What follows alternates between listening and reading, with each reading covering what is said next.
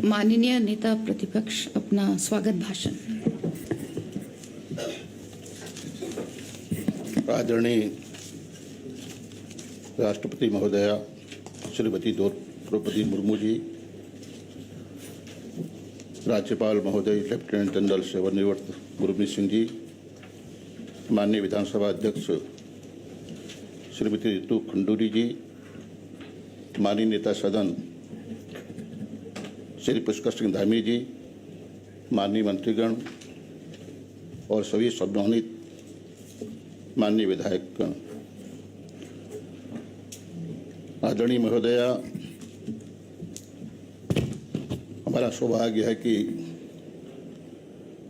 आज आपका इस सदन में राष्ट्रपति के रूप में पदार्पण हुआ है। हम आपका हृदय से स्वागत करते हैं, अभिनंदन करते हैं और इस अवसर पर उत्तर प्रदेश उत्तराखंड के आंदोलन में प्राणों की आहुति देने वाले शहीदों को भी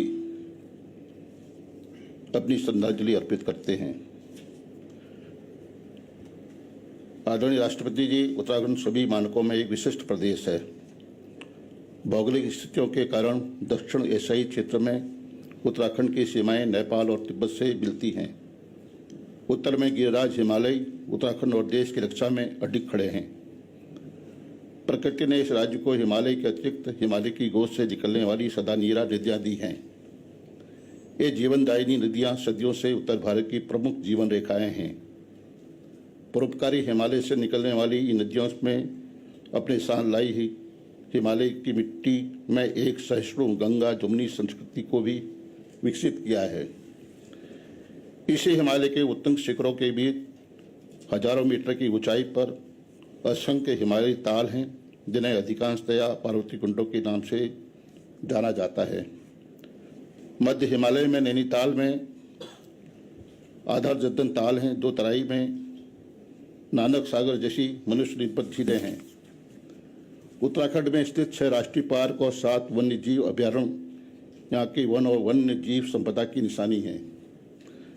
इसलिए उत्तराखंड और हिमालय को भारत भूमि ऑक्सीजन टावर भी कहा जाता है। आदरणीय राष्ट्रपति जी, आप भी सिमली पार राष्ट्रीय पार्क की गोद में खेली बड़ी पली हैं। आपसे अधिक जल जंगल और जमीन की महत्ता कौन समझ सकता है। मुझे उत्तराखंड की विधानसभा में यह कहते हुए अत्यंत गर्व हो रहा है कि उत्तराखंड की महिलाएं भी जंगलों को अपना मायका समझती हैं।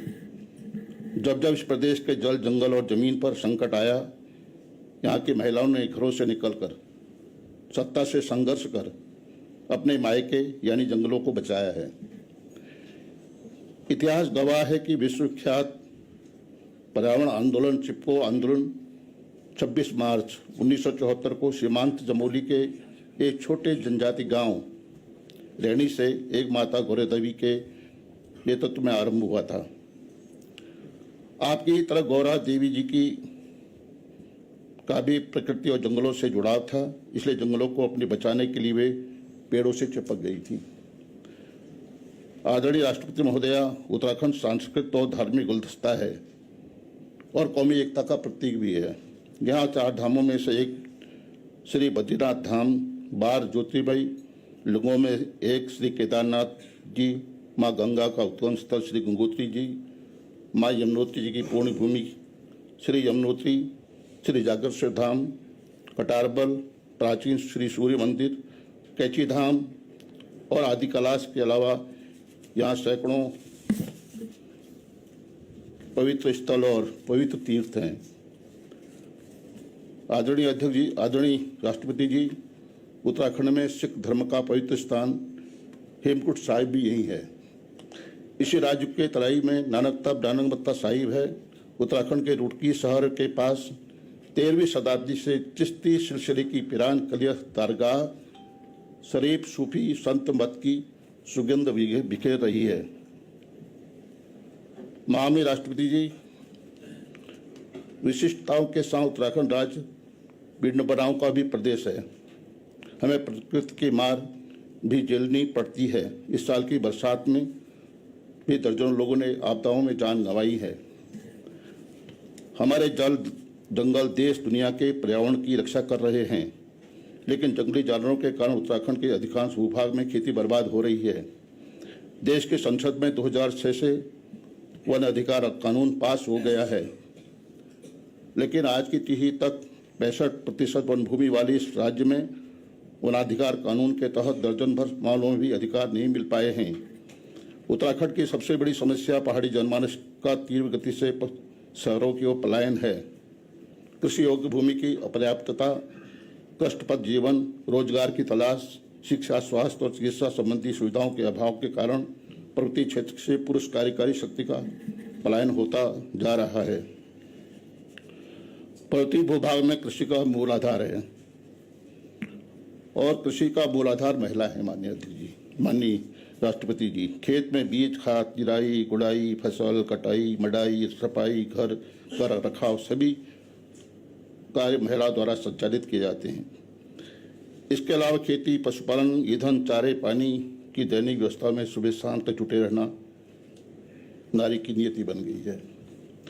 लेकिन यह भी सच है कि प्रदेश की मातृशक्ति ने विभिन्न क्षेत्रों में नए आयाम और कीर्तिमान स्थापित किए हैं।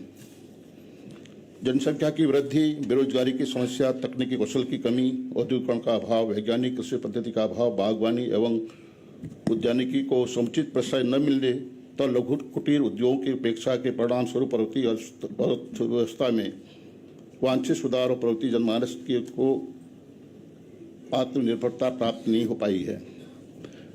अभी वे शिक्षण संस्थाओं की स्थापना के बावजूद पर्वतीय इलाकों में तकनीकी शिक्षा का पूर्णतः अभाव बना हुआ है। उत्तराखंड जैसे पहाड़ी राज्यों में स्वास्थ्य और शिक्षा की समस्याएं आज भी चिंतनीय हैं। शिक्षा और स्वास्थ्य के क्षेत्र में अभी कोई चुनौतियां हैं। हमें चिकित्सा व स्वास्थ्य सुविधाओं का विस्तार, शिक्षा, रोजगार, सड़क, कृषि, उद्यमिता, पर्यटन, पेयजल आपूर्ति, सड़क और परिवहन व्यवस्था, ऊर्जा विकास के क्षेत्र में निरंतर कार्य करने की आवश्यकता है। आदरणीय राष्ट्रपति महोदया, इन सभी खूबियों और कमियों के साथ हम सभी विधानसभा के सदस्य आपको अपने बीच पाकर अभिभूत हैं।